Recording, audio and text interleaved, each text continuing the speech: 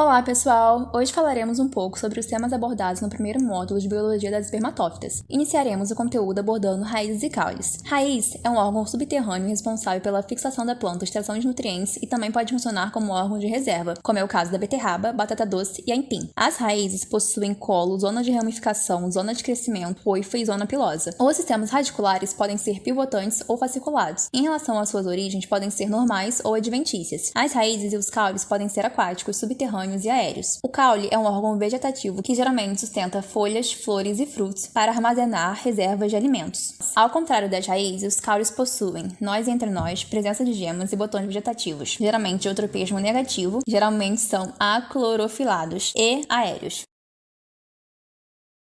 Agora iremos falar sobre as folhas. Folhas são uma expansão lateral e laminar do caule de simetria bilateral, crescimento limitado, coloração verde e inserção nodal. As folhas têm importância principalmente no metabolismo fotossintético da planta, na alimentação, no uso medicinal, industrial e na adubação verde. Tem como funções a fotossíntese, respiração e transpiração e condução e distribuição de seiva. As partes constituintes de uma folha completa são limbo, haste, estípula ou bainha. Os tipos possíveis de folhas são cotiledonares, catáfilos, monófilas, escamas, que são folhas reduzidas, e antófilos, que são folhas férteis. O estudo do limbo pode ser quanto às faces, consistência, superfície, forma, bordo, ápice, base, nervação e divisão. Quanto à nervação, podem ser folhas uninérveas, paralelinérveas, peninérveas, palminérveas, curvinérveas e peutinérveas. Quanto à divisão, podem ser simples ou compostas. Podem ser também paripenadas, imparipenada, palmada e recomposta. A filotaxia das folhas podem ser alternadas simples, alternada espiralada, opostas, opostas dísticas, opostas cruzadas, verticiladas, germinadas, rosetadas e fasciculadas. Uma flor se define como um eixo de folhas modificadas que constitui o aparelho reprodutor das espermatófitas, sendo composto pelo vesticílio exterior infértil, chamado perianto, e também pelo vesticílio interior, na qual o aparelho reprodutor masculino se chama androceu e o feminino gineceu. Os gametas contidos no pólen devem atravessar a estrutura carpelar para fecundar os óvulos e dar início à formação do fruto. Para a classificação baseada no periantro, uma flor que não possui se chama aclamídia. As monoclamídias possuem apenas pétalas ou sépalas e as diclamídias possuem ambas. Se as duas estruturas forem similares, a flor é homoclamídia e heteroclamídia quando forem diferentes. Quanto ao sexo, ao contrário das que possuem aparelhos separados, a hermafrodita possui tanto o gineceu quanto o androceu na mesma flor. Quando o número de estames for menor que o número de pétalas, a flor é oligosteme.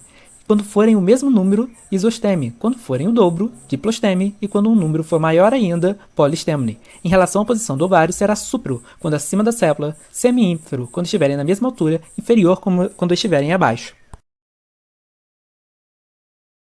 As inflorescências são aglomerados de flores com um ou mais ramos. Nas monopodiais, um eixo termina em uma gema e cresce mais que os ramos laterais. Já nas simpodiais, os eixos terminam em uma flor. O fruto é constituído pela semente e pelo pericarpo, que é formado pelo epicarpo, endocarpo e mesocarpo.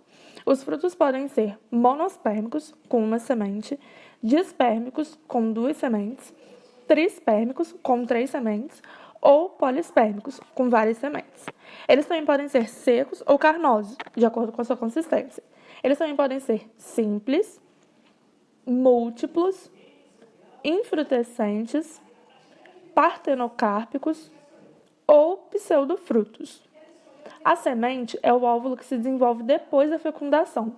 As sementes podem ser bitegumentadas, unitegumentadas ou ategumentadas, isso de acordo com o seu número de tegumentos. O embrião ele é composto pelo caulículo, pela cotileidone, pela radícula e pela gêmula. E de acordo com as suas cotileoidones, a gente classifica entre monocotileidone, eudicotileidone ou gimnosperma. Para fechar o conteúdo, eu vou falar sobre a polinização.